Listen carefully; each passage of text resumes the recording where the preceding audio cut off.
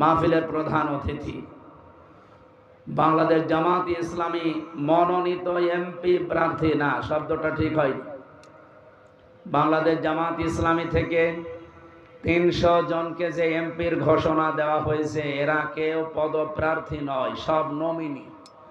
আমাদের ওপরে চাপিয়ে দেওয়া হয়েছে।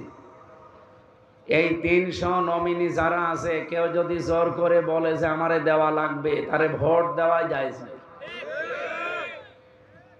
আর আমি যতটুকু জানি, আমি নিজেও তো কুষ্টিয়া ৩ আসনের নমিনি। সুতরাং বাংলাদেশ জামাত ইসলামীর সারা বাংলাদেশে যেখানে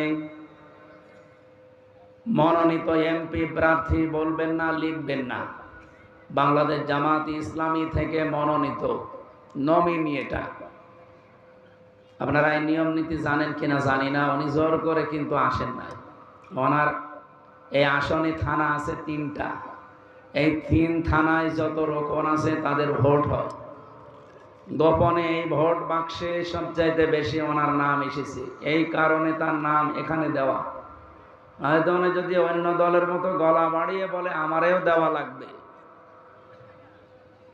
জামাতের আমির যিনি এখন আছেন, ডক্টর শফিকুর রহমান, ওপেন ঘোষণা দিয়েছেন, বাংলাদেশ জামাত ইসলামী থেকে কেউ যদি এমপি হয়, মন্ত্রী হয়, 5 বছরে তার 1টা টাকাও বাড়বে না। আমি ওপেন চ্যালেঞ্জ দিয়েছি তার সাথেও, এই বাংলাদেশে অন্য কোন দলের লোক যদি এই চ্যালেঞ্জ দিতে পারে, আপনি তাকেও ভোট দিন। এখনো 73টা দল আছে এই দেশে, নিবন্ধিত অনিবন্ধিত মিলে প্রায় 73টা দল এদেশে কাজ করছে, তারাও ভোটে দাঁড়াবে।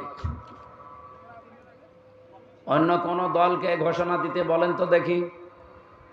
অনেক দলের লোক বলবে ও ছাতায় এমপি দাঁড়াবো না, কারণ এই রাস্তায় এসে 5 বছরে যদি আমার 1টা টাকা না বাড়ে, তা আমি ও রাস্তায় যেয়ে করবো কি?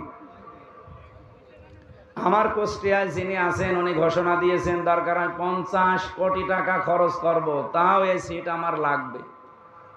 আমি মাঝে মাঝে মনে মনে প্রশ্ন করি যে 50 কোটি টাকা খরচ করবে কোন লাভের আশা? কথা বোঝেন? সুতরাং এমপি পদপ্রার্থী উনি নন, এমপি নমিনি। জামাত ইসলামী থেকে তাকে নমিনি বানিয়েছে। যদি এখন জামাত মনে করে না ওনারে দরকার নেই, অন্য কাউকে লাগবে, গোপন ব্যালটের মাধ্যমে যে ভোট হয় রোকনদের, যদি অন্য কারো নাম আসে, কালকে ওনারে পাল্টিয়ে দেবে। এটা পাল্টিয়ে দিলে যদি মন খারাপ হয়, ওনার সমস্যা আছে।